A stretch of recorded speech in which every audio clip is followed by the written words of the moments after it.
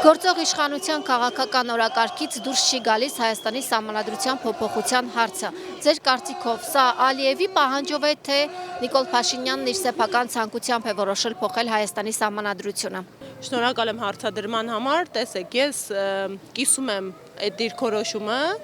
ու դիրքորոշումը կիսում եմ ոչ թե զուտ իմ կարծիքի վրա հենվելով, այլ փաստերով առաջնորդվելով, իսկ փաստերը հետևյալն են։ Այո, Քավլիցի այս քաղաքական ուժը գալով իշխանության 2018 թվականից ի վեր իր օրակարգում ունեցել է սահմանադրական փոփոխությունը, բայց 2024 թվականին Ալիևի Ադրբեջանի նախագահի պահանջատիրական հայտարարությունից հետո առայն, որ այսպես կոչված ճակերտավոր խաղաղության պայմանագրի նախապայմանն է մեր սահմանադրության փոփոխությունը, անմիջապես հաջորդող օրերին մեր երկրի գործադիր իշխանության ղեկավարը վարչապետը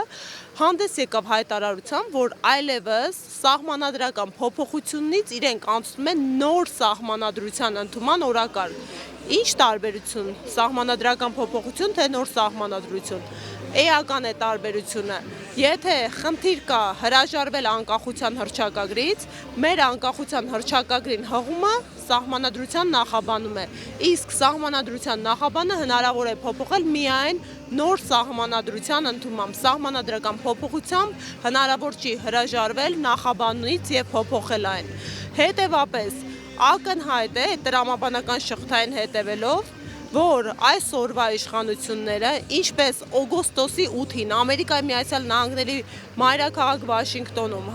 կրկին խաղաղության հռչակագիրը եռակողմ ստորագրելուց հետո դուրս եկավ եւ անմիջապես Ադրբեջանի նախագահը ասաց, որ հայերը դեռ տնային աշխատանք ունեն անելու, այ մեր սահմանադրության փոփոխությունը այդ մեր տնային աշխատանքն է։ Երեք երկրի վարչապետը իրեն թույլ տվեց մի այսպիսի եզրույթ մեր անկախության հռչակագիրը անվանելով կոնֆլիկտացի։ Սա անթույլատրելի որակում է մեր սահմանադրությունը եւ մեր անկախության հռչակագիրը մեր պետության ու պետականության հիմնադիր նախահայրերի պատգամն ու արարն են եւ բացառապես նպատակ են ունեցել արարելու, ստեղծագործելու եւ մեր գոյի երկարատևությունը ապահովելու մեզ որպես ժառանգություն ստեղծելով ու թողնելով Հայաստանի Հանրապետությունը ամենաթանկագին երևույթներից մեկը յուրաքանչյուր ազգի համար, պետականությունը, իսկ անկախության հռչակագիրը մեր ծննդյան վկայականն է։ Մելոյան, ինչպես նշեցիք, խաղաղության համաձայնագրի նախաստորագրումից անմիջապես հետո Իլհամ Ալիևը հայտարարեց, որ քանի դեռ այդ տնային առաջադրանքը չի կատարվել, խաղաղության պայմանագիր չի ստորագրվելու։ Սակայն դրանից անմիջապես հետո իշխանական վերնախավը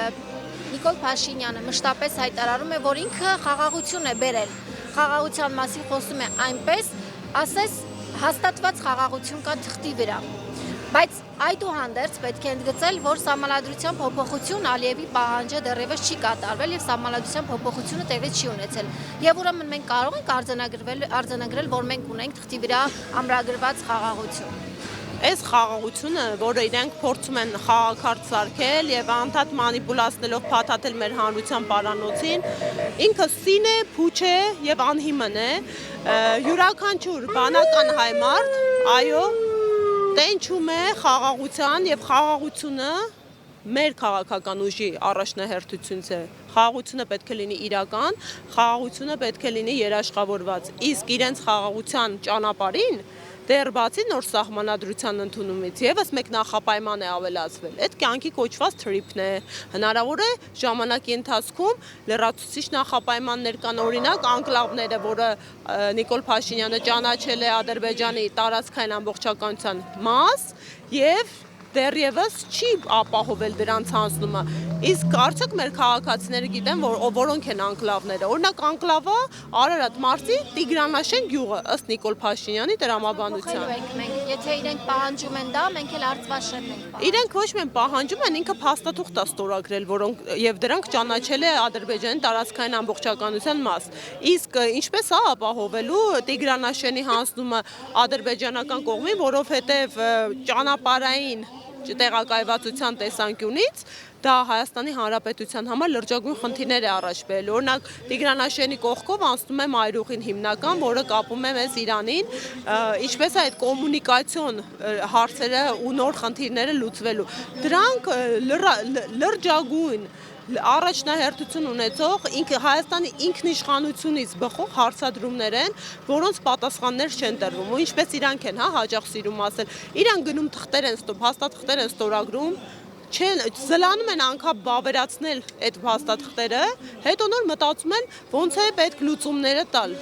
Այս տրամաբանությամբ, հարգելի հայրենակիցներ, մենք պետք է հասկանանք, չկա խաղաղություն, այս խաղաղությունը մտածածին է։ Կա բացառապես միակողմանի